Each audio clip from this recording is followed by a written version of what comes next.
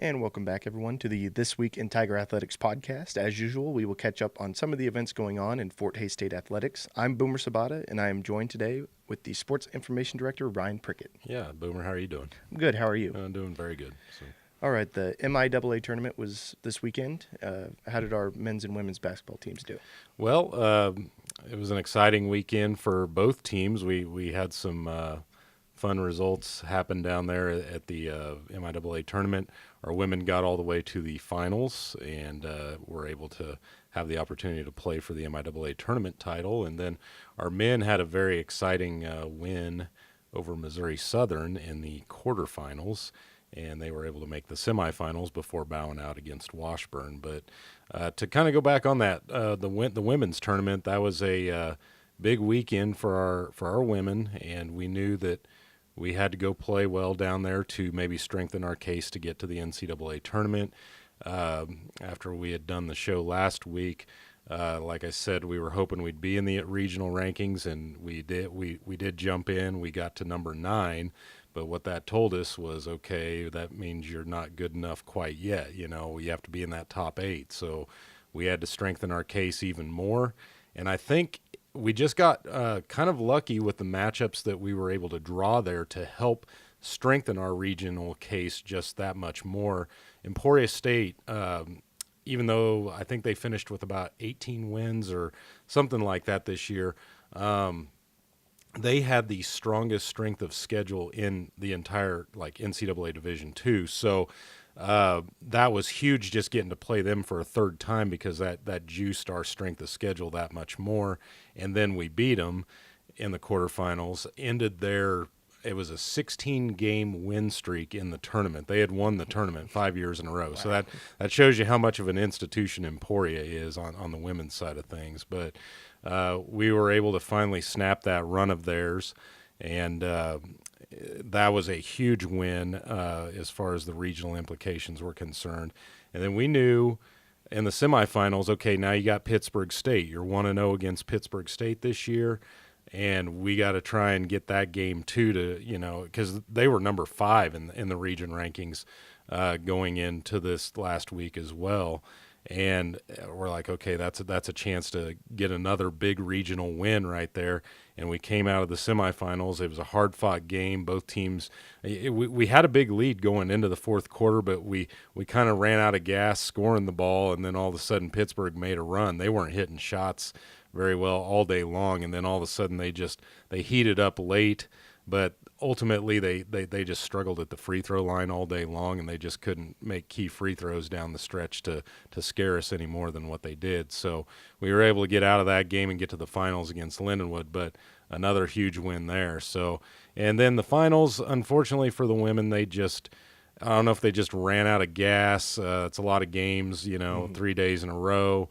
And we just didn't hit shots. I mean, it just boiled down to, you could probably blame all sorts of different things, but quite honestly, it's just we didn't put the ball in the basket, and we had our opportunities, and to get a big lead early and just let Lindenwood right back into it, because we just couldn't, hit anything. It was a frustrating game to watch, and you just figured, that we had such a great chance to win that MIAA tournament title, and unfortunately that one slipped through our hands. But when all the dust settled by nightfall and 9 o'clock rolled around and the NCAA selection show came on, we were lucky enough to find out that our women did make the NCAA tournament by what they accomplished down there. So you talk about a crazy 4 weeks of 2 weeks you're not even in the region rankings, and you're wondering what the heck do we got to do to get in those things, because my Lord, we have a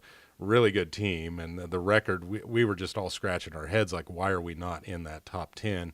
Then all of a sudden we show up just before we go to the conference tournament. It's like, okay, now we know we need to make something happen, but at least you're acknowledging us. We're in the region rankings. Okay, so we're here. So but anyway, it was great that all that worked out the way it did.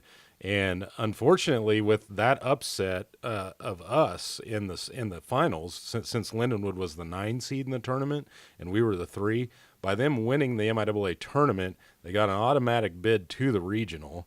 So they basically just stole a team's bid out of that top 8, and whether that team that it happened to be was Pittsburgh State. So it's amazing how Pittsburgh State goes into that week number 5, and all of a sudden, just by losing one game against us and not evening up the head-to-head with us, since we are 2-0 against them for the year, that basically, in essence, just flip-flopped where us and Pitt were in those rankings. And by Lindenwood stealing an automatic towards the bottom, then all of a sudden that threw everything into chaos. And so Central Oklahoma also got left home. Very, very good team this year. But they got beat in the quarterfinals to a team they weren't supposed to get beat by.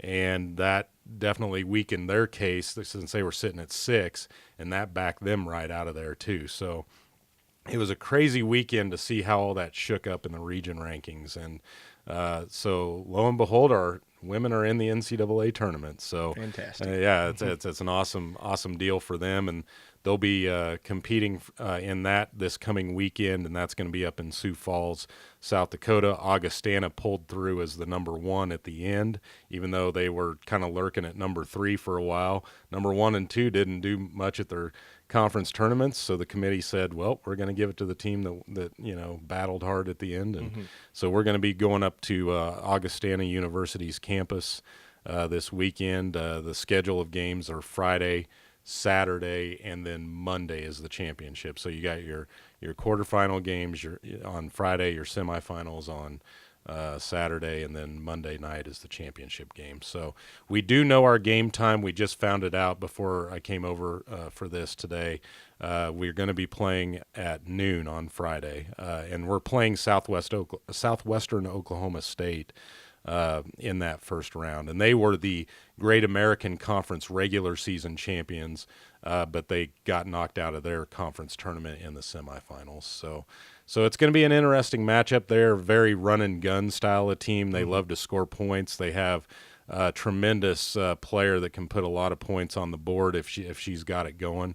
And she's got some height, too. But we also have height that, disrupts some things on the perimeter, and might be a tough matchup for them, and we defend pretty well. So it's going to be kind of some contrasty styles there of, we defend the ball pretty well, and they love to score it. So we'll see what kind of wins out, I guess, in that opening round matchup coming up this week. So, and a lot of postseason play for the Tigers. We talked about the women's basketball team. Yeah.